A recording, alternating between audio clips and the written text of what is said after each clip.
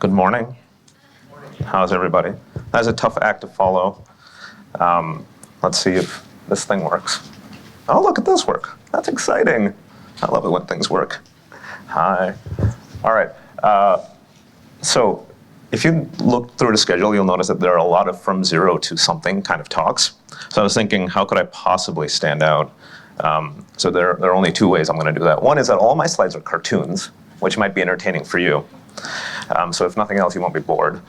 The other is I'm a relatively weird product marketer insofar as my background is in computer science, and I went from very deep and heavy software engineering and development on distributed and high-performance systems to product, and then eventually from product to marketing. And I've done every marketing job there is, and I spent a brief stint as an industry analyst at Gartner and decided that I wasn't old enough to retire yet. Oh, people here have dealt with analysts. That's interesting. All right, I have some questions. How many people here have been the first marketer somewhere? A few. How many people here have been the first product marketer somewhere? Oh, that's impressive. How many people here are definitely going to end up being the first product marketer somewhere in the future? Oh, startup people. Everyone's a startup person. Great. Okay. Let's talk about this. So I don't really want to talk much about marketing. I also can't see my speaker notes, so I guess I'm going to make it up as I go along. Because everything is marketing. So we're just basically going to talk about marketing and whether or not that's relevant. Okay, so, no, I really can't see my speaker notes. So I will make it up if you guys want me to. All right. So the essence of what we do is communicate. And arguably that's the essence of what product marketing is. It's communication. So does the person you're explaining what you do to understand what you do? I will argue more often than not at startups, when you're trying to message or position a product, they don't. At least half the time, you haven't successfully communicated. Because most of the time, what you're doing is you're telling people what you think from the inside out, what your perspective is, and what you want them to believe. But you haven't done the inverse, which is go figure out what their world is, what their frame of reference is, and what they need to hear in order to understand what it is that you're doing.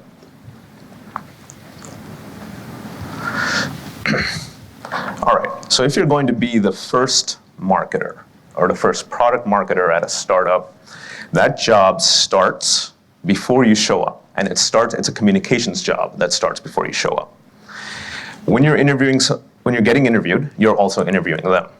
There are 3 or 4 key questions you need the answers to in order to be able to do this job. First is, what does this job mean? Because product marketing, as Laura said, is a very fuzzy and stretchy discipline. And at every company, it means a different thing, and to every person, it means a different thing. So you need to know what product marketing is at that startup, what product marketing means to the founders, what product marketing means to the other people you're going to be working with, and what product marketing means from a business perspective. So what are the goals that they want to achieve with product marketing? The same set of questions works whether you're the first product marketer, whether you're an associate, a manager, a senior manager, a director, a senior director, a VP, or a CMO.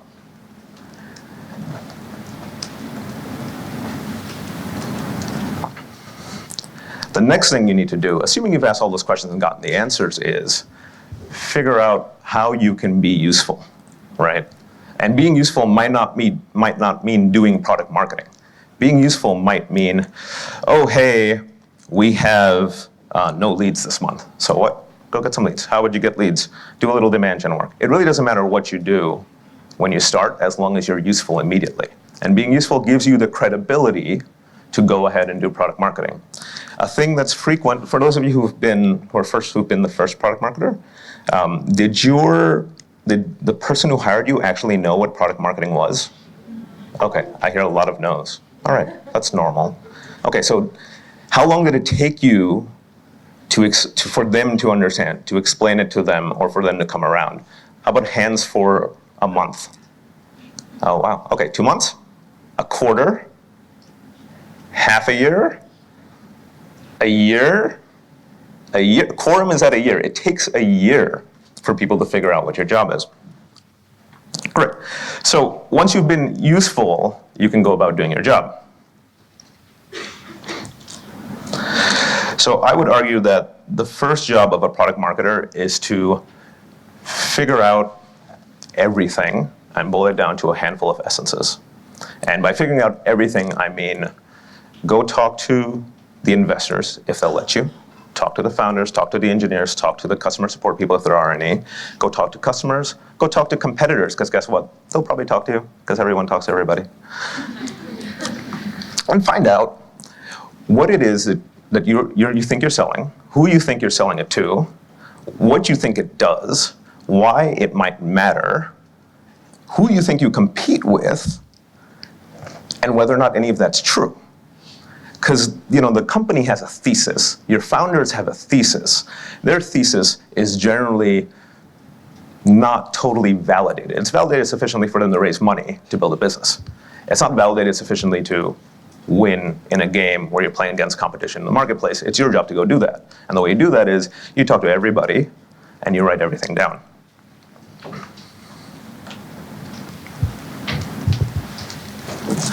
So if you write all these things down and you write down what the internal outward perspective is, and you also write down what the outward internal perspective is, what you can do is drive a conversation about where the two meet and whether or not the company is doing what it needs to do. And this is, in essence, what a messaging platform is. I can give you a template for a messaging platform. Hundreds of people can give you a template for a messaging platform. But if you don't accomplish this goal, where what is it that we want to be, and are we being it or not, you don't actually have a messaging platform. Oh, look, my speaker notes are back. Thank you. All right. Now, the same holds for things like positioning. So I have an argument that I make, which people don't seem to like in general, which is that messaging is who you are, positioning is who you want to compare to or who you compare to. Messaging is basically irrelevant if what you want to do is make money. Positioning is maximally relevant if what you want to do is make money. So positioning is like, where does the product fit in the universe of other ways people can accomplish this task? And where does the product fit in the universe of people doing nothing and not accomplishing this task? What makes you different? What makes it the same? Who do you compete with? Who do you think you compete with? Who do you actually compete with? What bucket do you think you're in? Like, do you think you're a CRM product? Great. Do other people think you're a CRM product? If the answer is no, you have a core marketing problem. How do you price?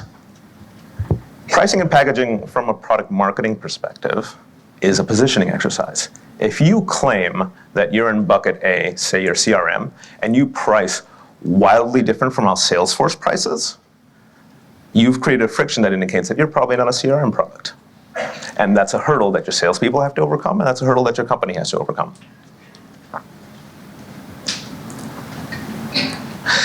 So through this research and this act of talking to all the people, figuring out what it is that you want to communicate about yourself, and figuring out how it is that that communication is received and whether or not people perceive and understand you the way you should be, should result in you essentially learning who the customer is.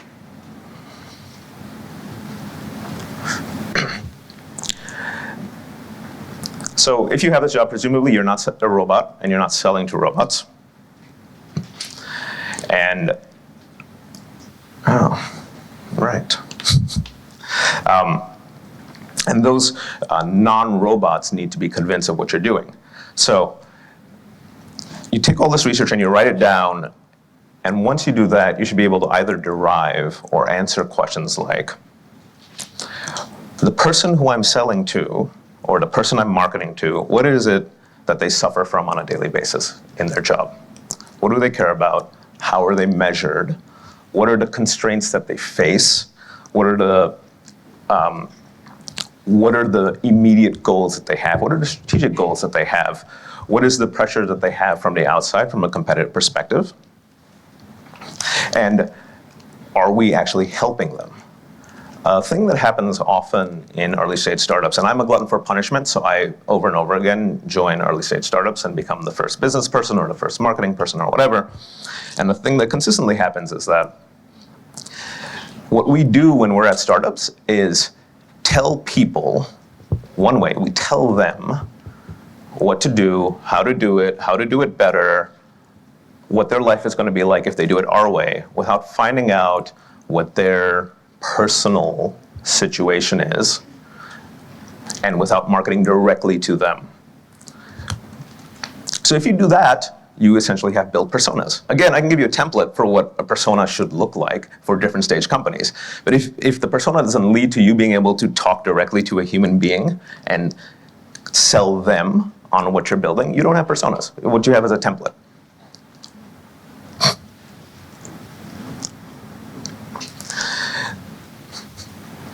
So the reason I keep laughing is because the funny thing that happens is my speaker notes are now a step behind my slides, and I don't know if that's better or worse than me making it up as I go along. But it's certainly challenging, which is fun.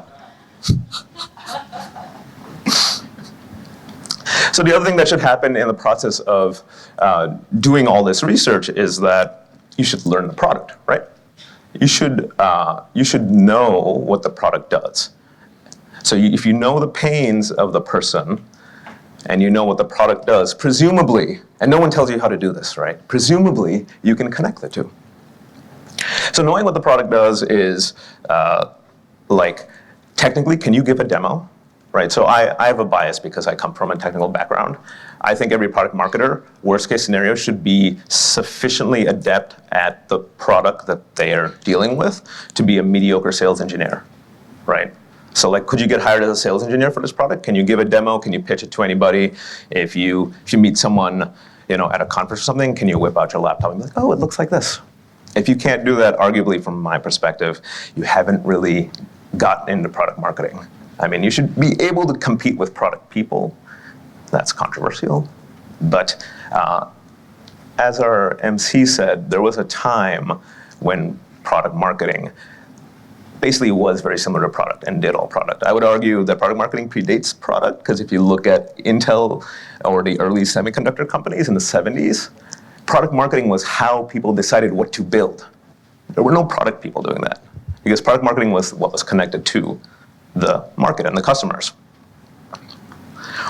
Okay, if you can do all these things, right, if you know what your message is, if you know what your position is, if you know who your customer is, and you know your product really well, at this point you are positioned to drive real growth, right? You're not just someone who writes copy.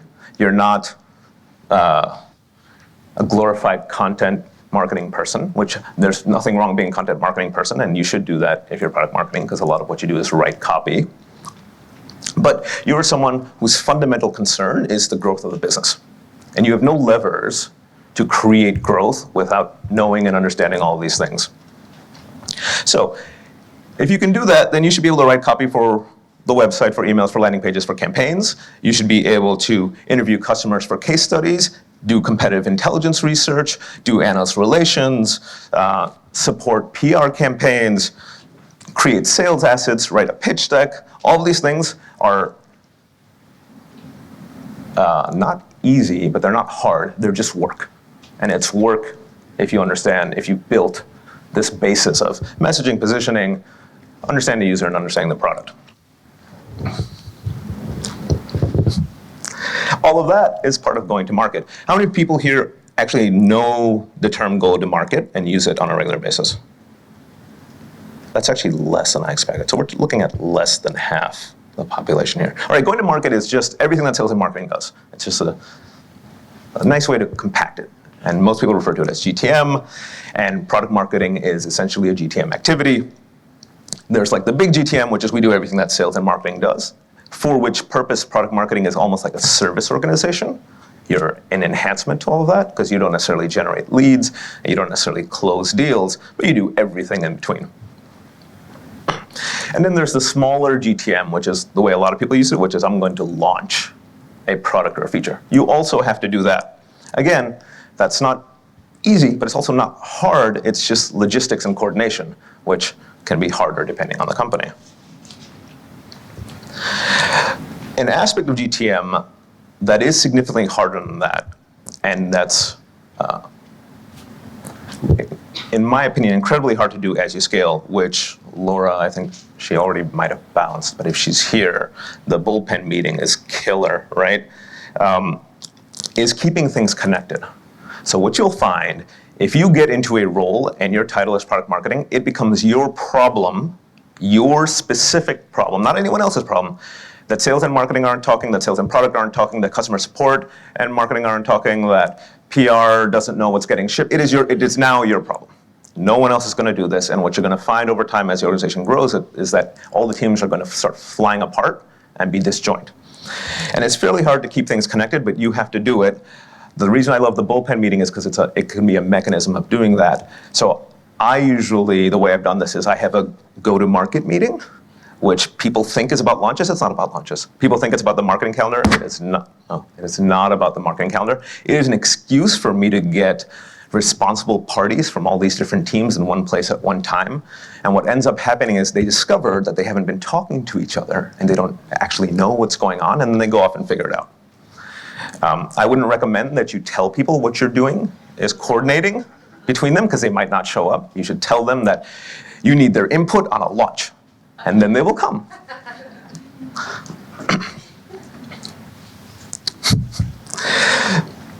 So,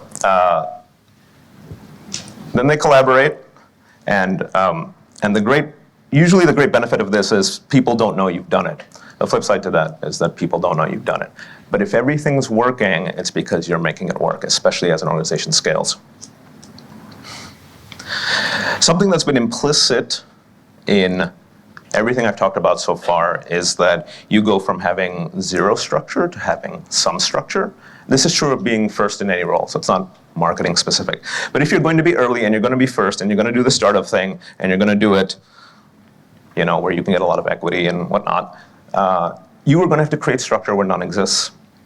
And you're going to have to do it over and over again. Okay, let's say you've made it this far, right? You have messaging, you have positioning, you have personas.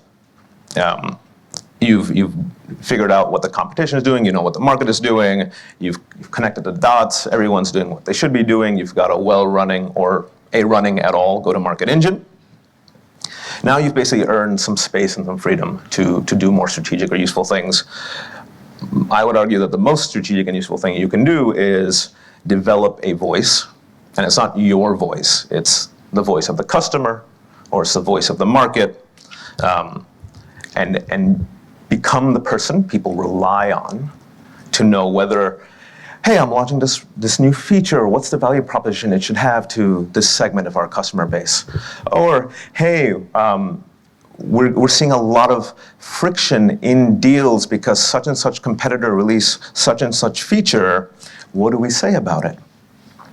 Or, hey, you know what, the trend in infrastructure software purchasing is really moving towards developers being in charge. But we didn't build anything for developers and we don't talk to developers. What does that mean? How do we do that? It will become your job to know all these things over time. If you're successful, you end up being the person who says, hey, we have a new competitor. Hey, the way people look at this market has changed. Hey, investors no longer want to fund category X. Hey, analysts think that the market is going in direction Y. Hey, our buyer is different. We were selling to a staff level security engineer, and now we're selling to the CISO, and it's not working anymore. And it's your job to figure out one of these things has happened and say, oh, the messaging needs to change, the positioning needs to change, the sales assets need to change. We need to maybe fire all the salespeople and get new ones because they can't sell this thing anymore. Hopefully the head of sales will do that before you do, but sometimes you have to do it. And it's also your job to connect all these things back to the core vision and the mission and the values of the company, because a lot of things that'll happen as a startup grows is that these things completely and utterly diverge, right? You were trying to make money. You were trying to be successful. In that process, you have chased the dollars where the dollars are. You have ended up building a product that's different from the one you set out to build. You have ended up going after a segment which is different from the one you set out to go after in the first place. You were probably by virtue of connecting all these dots and all these disciplines, you are the first one who's going to notice that the company has deviated from its intent. And then it sort of becomes your job to, well, if you care, right? You have to care. If you care, it becomes your job to go, hey, we have totally deviated from what we thought we were going to do. So either what we thought we were going to do needs to change, or what we're doing needs to change. I'm on time. That's unbelievable. Huh. As Laura said, I will repeat it, the job changes. How many people here have been the first product marketer and survived for multiple years at the same company? Okay, so all of you know this, right? So all 25 or so of you know this. You have to accept the changing nature of your role. Be a little philosophical about this. Take a step back. So you might go from making a pitch deck to actually delivering sales training. You might go from, let's say, reporting into marketing to reporting into product to going back to reporting into marketing. I've been guilty of that. Also, as a VP of marketing, I've been guilty of kicking product marketing out, being like, you guys got to go deal with product from now on, and then pulling them back in later. I'll take the blame for that. And you might end up having to make a decision about what you want to do, right? Say you came in and you're really good at copy and content and messaging, but now you have to do competitive intelligence.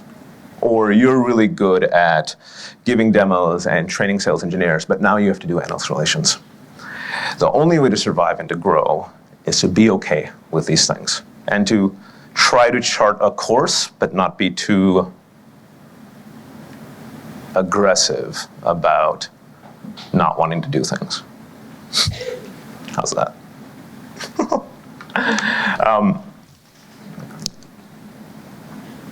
So I say this often, and I will say it again, and I'm sorry if it's annoying.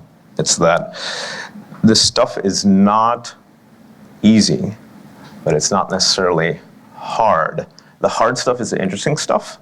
The really hard stuff, the solving have we totally deviated from what we want to do? Oh, is our message not being communicated well? Oh, is our positioning dragging down the revenue?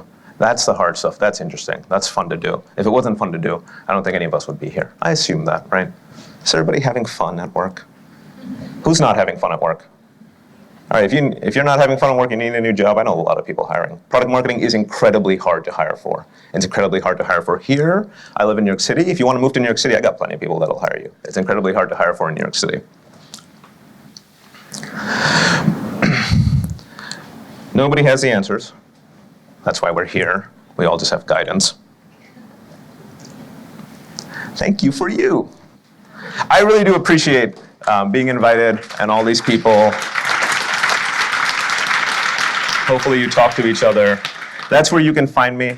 I don't think I'm a particularly important person, but if you go to Medium, what you'll see is that I'm writing just a set of articles. I'm up to like 13 or 14 with templates and stuff. So if you really want things like templates and very practical step-by-step guidance, you'll get it. It's free. It's because I have to get it out of my head because it's been in there for too long. I have 3 minutes and 38 seconds. Can I take questions? All right. Somebody yell at me. Nobody. I guess there are no questions. All right. Can you talk a little bit more about the GTM meeting? And maybe Yeah, sure. I love this idea because all my teams are yelling at me and that nobody understands what's going on. And so, Okay, so I know I need one, but I don't know the agenda. yeah. So the way I tend to structure it is, it's a weekly meeting.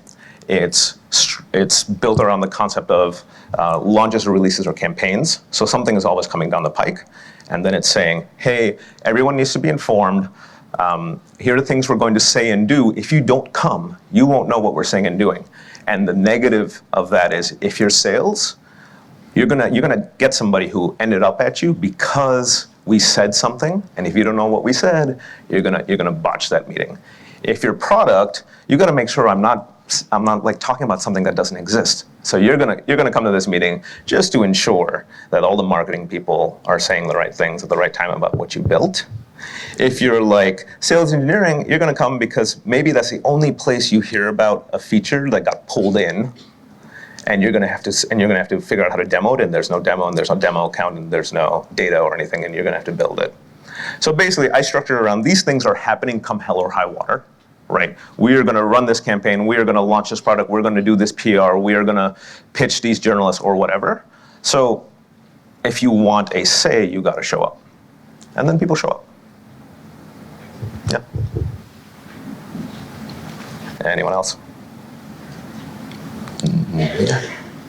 So you talked about how critical it is to really establish yourself as the authority on the voice of the market, the Yeah. customer. If you're entering maybe as a early product marketer in a larger organization, do you have any guidance on how to establish that, or how to create an infrastructure that establishes yourself as that when so many others That's right. figure themselves out? Yeah. There's only one answer. You have to be right more often than other people.